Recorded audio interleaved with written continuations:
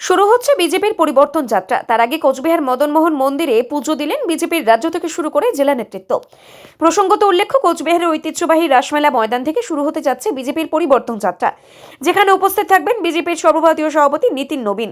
জনসভার মাধ্যমে এদিনের ওই পরিবর্তন যাত্রা শুরু হতে যাচ্ছে কোচবিহার রাসমেলা ময়দান থেকে। রাসমেলা ময়দানের জনসভার আগে কোচবিহার মদনমোহন মন্দিরে পুজো দিলেন বিজেপির রাজ্য থেকে শুরু করে জেলার নেতৃত্ববৃন্দ ও কর্মী সমর্থকরা। এদিন 12টা নাগাদ মদনমোহন মন্দিরে আসেন বিজেপি নেতৃত্বরা এবং সেখান থেকেই জানান মূলত 2টো নাগাদ বিজেপির সর্বভারতীয় সভাপতি নীতিন নবীন আসবেন রাসমেলা ময়দানে এবং জনসভা করবেন। আমাদের পরিবর্তন যাত্রা কোচবিহারে শুরু হচ্ছে এবং সেখানে আমাদের সর্বভারতীয় সভাপতি মাননীয় নীতিন নবীন মহাশয় তিনি আসছেন, সম্মানীয় শ্রমিক ভট্টাচার্য মহাশয় আসছেন। আমরা আজকে মদনমোহন আমাদের প্রাণের ঠাকুর, আমাদের কোচবিহারের রক্ষাকর্তা, তার কাছে আমরা পুজো দিয়ে আমাদের এই পরিবর্তন যাত্রা আমরা শুরু করছি। তার জন্যই এখানে আজকে আমরা পুজো দিতে এসেছি। আমাদের এই কোচবিহারের জেলা সভাপতি এসছেন, আমাদের কোচবিহার যাত্রার প্রমুখ মনোজ দা এসছেন, আমাদের কোচবিহারের ইনচার্জ আলিপুরদুয়ারের সাংসদ শ্রী মনোজ টিগ্গা মহাশয় এসছেন।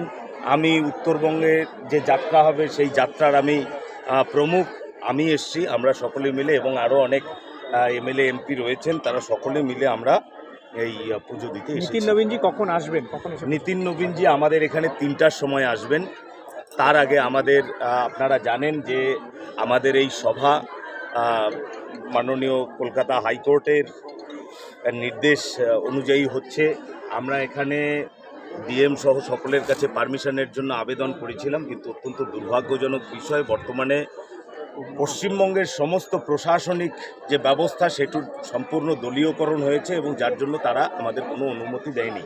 অনুমতির জন্য আমরা হাইকোর্টে গিয়েছি এবং হাইকোর্টের অনুমতিক্রমে আজকের এই সভা 2টো থেকে শুরু। কোথাও কি বাধা বা এরকম অভিযোগ পাচ্ছে আসছে? ইতিমধ্যে বিভিন্ন জায়গায় এরকম বাধা শুরু হয়েছে। ঘুঘুমারিতে একটা বাধার সম্মুখীন হয়েছে আমাদের কর্মীরা, চিল্কিরহাটে এরকম হয়েছে, আরও বিভিন্ন জায়গায় হবে, কিন্তু কোনো কিছুতেই লাভ হবে না। তৃণমূল যেন মনে রাখে সাধারণ মানুষের চেয়ে বড় শক্তি আর কিছু নেই। সাধারণ মানুষ তাদের মন বানিয়ে নিয়েছে এবং তার চেয়েও যেটা বিষয়, সাধারণ মানুষ যে কোনো বাধা অতিক্রম করে এখানে আসবার জন্য প্রস্তুত হয়ে আছে। দীপকদা, বিরোধীরা বলছে যে আজকে 2টো পরীক্ষা রয়েছে, পাশে স্কুল কলেজ রয়েছে, এই ধরনের অনুষ্ঠান। তৃণমূলের কাছে পরীক্ষার বিষয় আমাদের শুনতে হবে না। এই পরীক্ষাগুলো কেন হচ্ছে সেটা একবার তৃণমূলকে জিজ্ঞেস করুন। এর টাকা পয়সা নিয়ে এই পরীক্ষাগুলোকে তারা অবান্তর করে দিয়েছে এবং আজকে যে পরীক্ষা নিচ্ছে সে পরীক্ষাও কতদূর কী হবে বলা মুশকিল। আজকে পরীক্ষা কেন হতে যাচ্ছে? আজকে পরীক্ষা হচ্ছে শুধুমাত্র তারা যেভাবে টাকার বিনিময়ে আজকে চাকরি বিক্রি করেছে, ওদের লজ্জা করা উচিত। তার জন্যই আজকে এখানে পরীক্ষা নিতে হচ্ছে তাদের। আজকে 26,000 ছেলেমেয়ের তারা ভবিষ্যৎ অন্ধকারে নিমজ্জিত করে রেখেছে।